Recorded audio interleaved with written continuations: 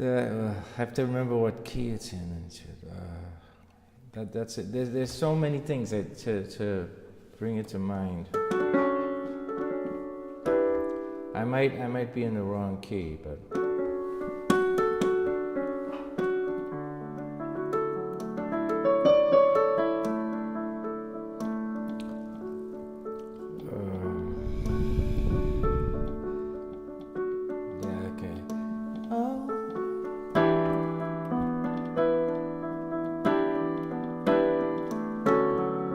It's in A. Let's try A.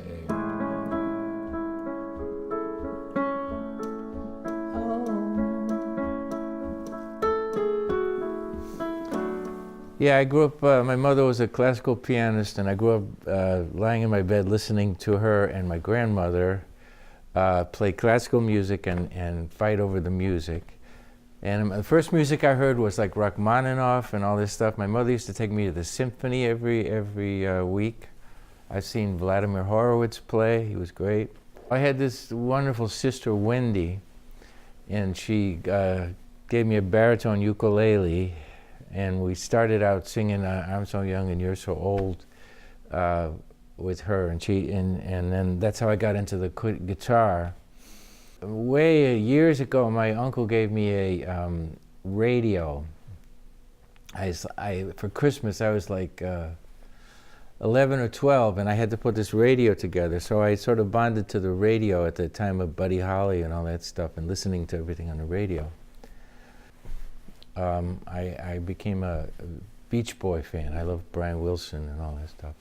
My father was headmaster of Brown and Nichols, and he's dead now, but he was a great man, and took me down to EU Wurlitzer's, but that was way long when it was in near Washington Street in Boston, and I got this peppermint stick guitar from Joey D and the Starlighters and stuff, and that's the first electric guitar I had, and the first song I learned was Harlem Nocturne, you know, boo-doo-dee-dee-dee-dee. I loved music all the time because I'd grown up with music. I got those piano lessons when I was young, and then I would play guitar. And when I got to Harvard, I got in bands pretty soon. I was in mixer bands at Harvard. I was in a band called the Chosen Few and the Vagabonds. We used to play at the mixers at Harvard. We used to play Beatles songs, we played Who songs, you know.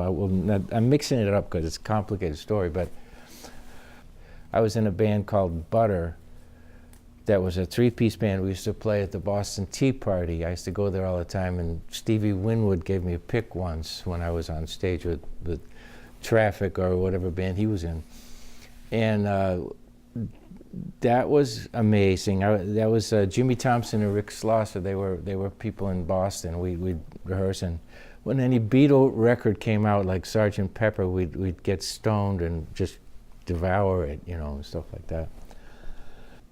I don't know what all came first, but I made my first record called Records Are Like Life, which is 1971, and I was influenced by jazz and McCoy Tyner and Brazil 66 and all that kind of stuff.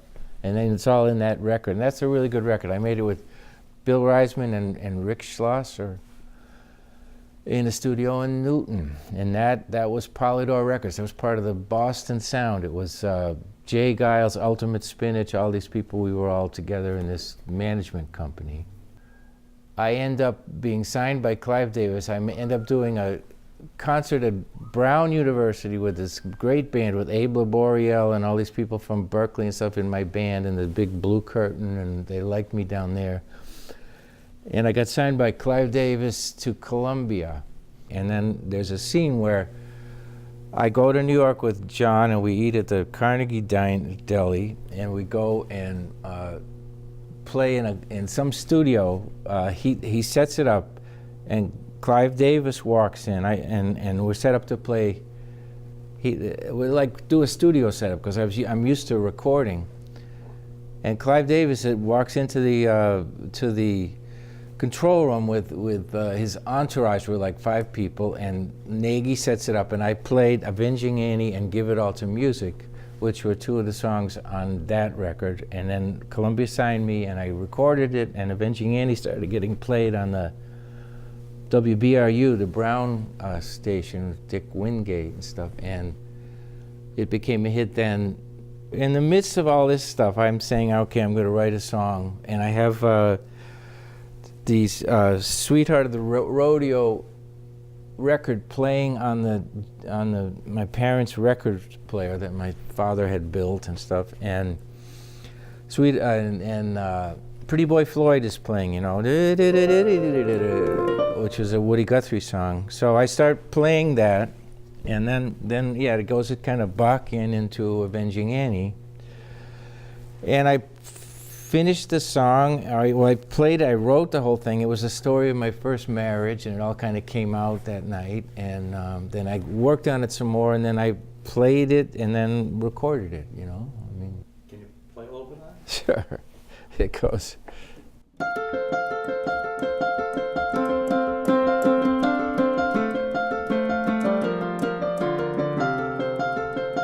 That's all F.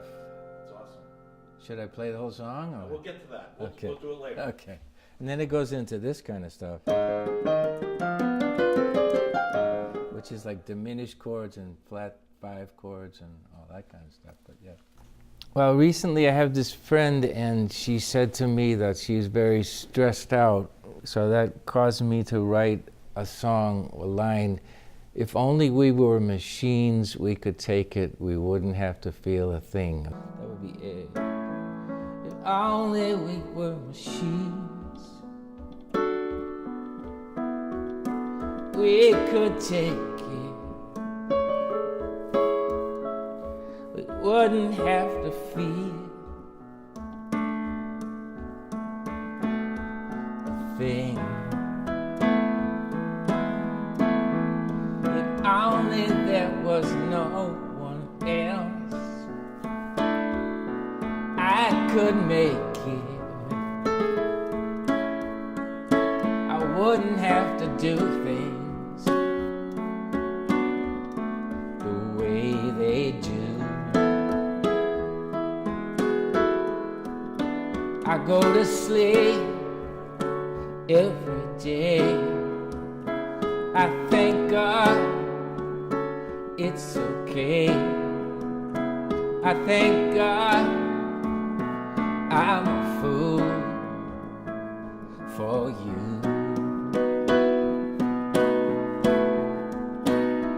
For you. 25 and 31 is 80. 7 wasted years with me. You could take me down and hate it. Oh, if I could fly away, if I could fly away, if I could fly away, I would. I would.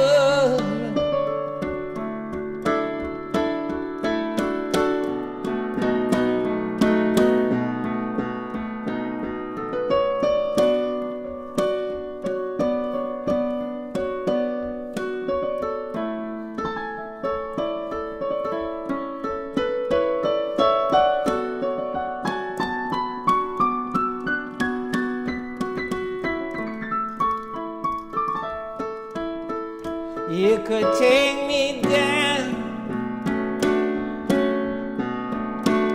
and hate it. Oh, if I could fly away, if I could fly fly away. I would.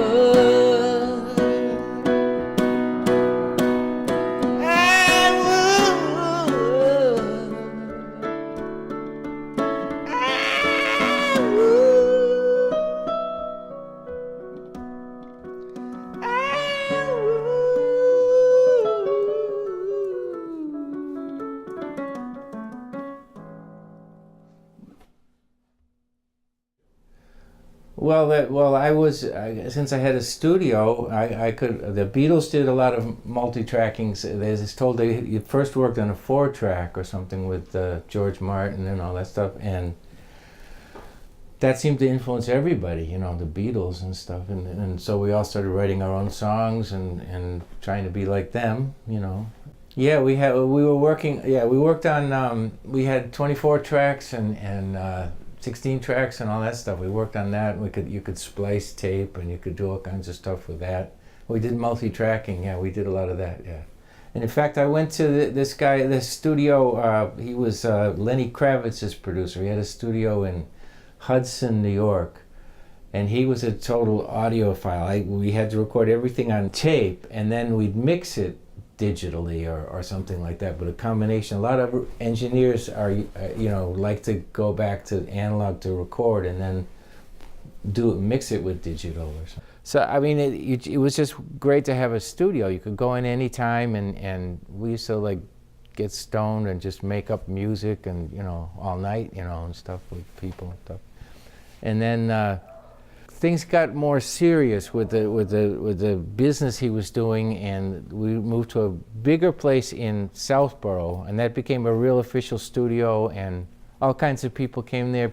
And so we got in the studio, and then we'd spent about 3 months recording the Avenging Annie record, the Columbia record, and stuff like that.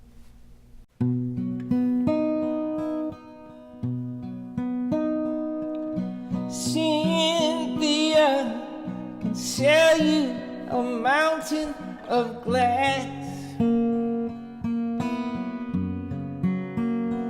it shatters after you buy it. Money, it takes another path.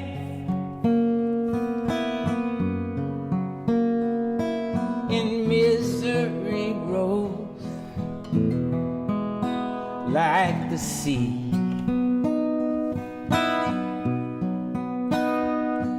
Oh, well, why not? You could make a lot. It's open season. Words. I'll make a plan. Get what you can. Anyone can play. Cynthia is walking in the air.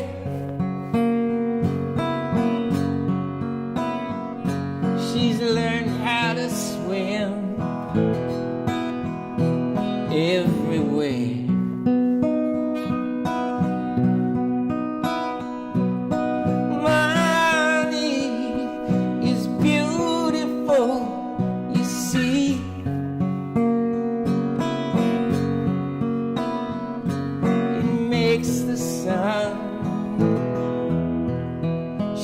On the tree, if you have it all, you'll never fall, at least not today. I'll make a plan, get what you can. Anyone can play, but it's a cruel game. Cold game. Winners and losers and lies. sweet, sweet money. Every Cynthia wakes up in her bed for the last time. She knows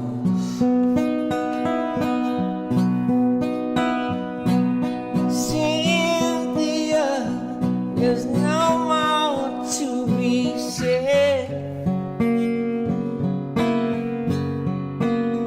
If it's over, it's over. Cats on the stairs, beautiful hair. Got to find a place to go. Somebody new into the blue. It'll be alright. Cynthia can sell you a mountain of glass.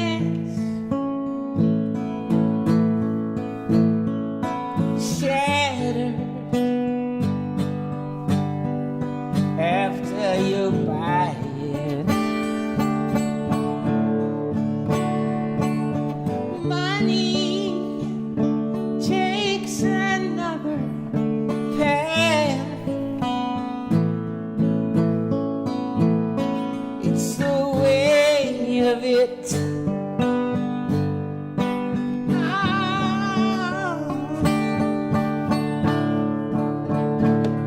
On and on it goes. You don't care, you don't know, you don't see. Another chance goes by, you stay where you are. Goodbye.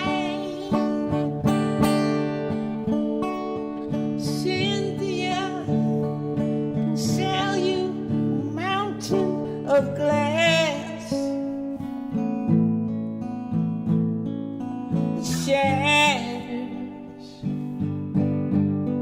it's all over. You find out that everything's about money, you know, when you actually get into the heat of the music business, and it's like America, you know, it's money, not people, you know. But it was wonderful to be able to do it, though, and because I love to do the music and stuff. And I worked with this person, Mark Doyle, who was a very, very great musician, and he would fill out my ideas and stuff. And when I worked with Arif Mardin, I'd be going into the studio with Steve Gadd and Tony Levin and all these great people, and I'd have it to a certain point, and they were so good. You know, I even did a whole album once with Andy Newmark and Tony Levin, and those guys, when you have a song and they will write their own parts and they will make it, and you can say no. In fact, yeah, we went through that too. But and then you will do it, and then of course when you later want to go out on the road and recreate that stuff that's been played by great people, you need kind of great people to play that, and then you kind of run out of money trying to get that together, you know. But nowadays, people, you know, everything is on computers, and we use computers for computer software to record, and it's amazing. You can cut and paste and stuff. In the old days, you could splice tape, and that was in its own way just as good. Well, I bought all this studio equipment once, and I'm kind of ADD or something. I'm not organized enough to, like, if you do something, then you got to put the thing away, and you got to put the stuff back together, and you got to be like organized like that. And I'm kind of lacking in that quality. I've done so much stuff. The problem is remembering it all at this point. Okay. Pew, pew.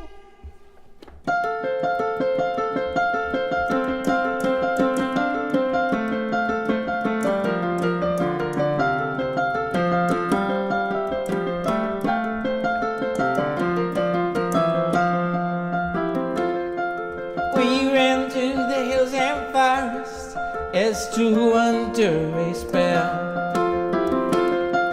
He was a city boy, Floyd the outlaw, but I thought I knew him well. Long after that great summer, when I first came into my fame, and the Avenger from Oklahoma was added to my name. The Avenger I became.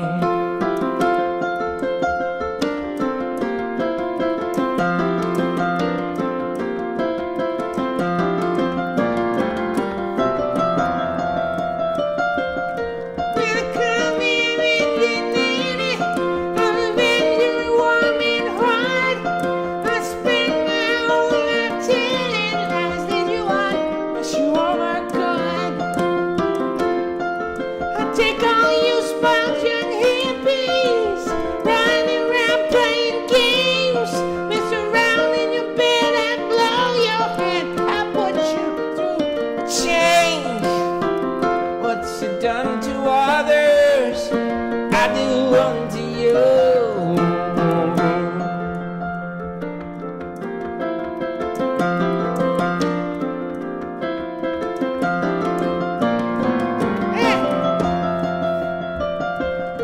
But then I met my sensitive outlaw. He was the best thing I'd ever seen. I wanna be his wife, wanna give him my life. I was so blind, I could never have seen, no. So I joined up with my outlaw and headed for California.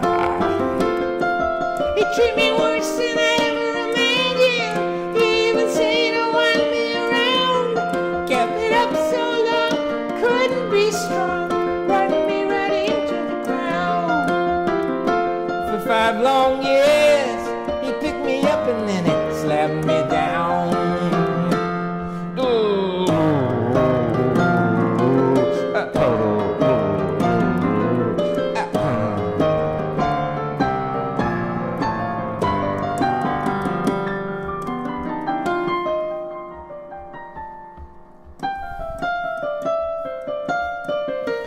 I told my friends about him, they all were on my side, and they could see that they looked so crazy.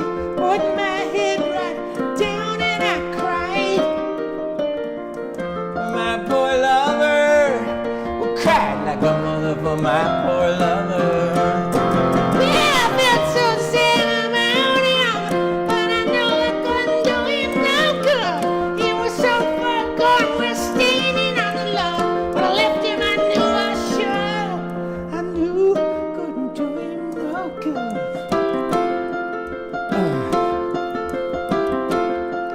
And now I live out on a mountaintop, and I'm almost 35. And I found my peace, tamed my release, and I'm happy just to be alive. And I might go back to my Floyd if I think it's the thing to do. He gave up murder and theft right after I left, and you know I still love him too. Just like your woman loves you, just like your woman loves you, just like your woman loves you. Just like your woman loves you. Like your woman loves you, you.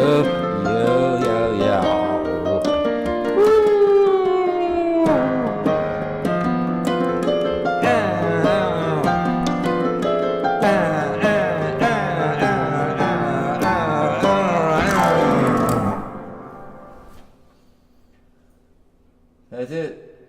Awesome. Okay, I would just like to recommend and support this organization called worldbeyondwar.organization to please get rid of all the war in the world. It's a dream. We can dream though, right? Okay.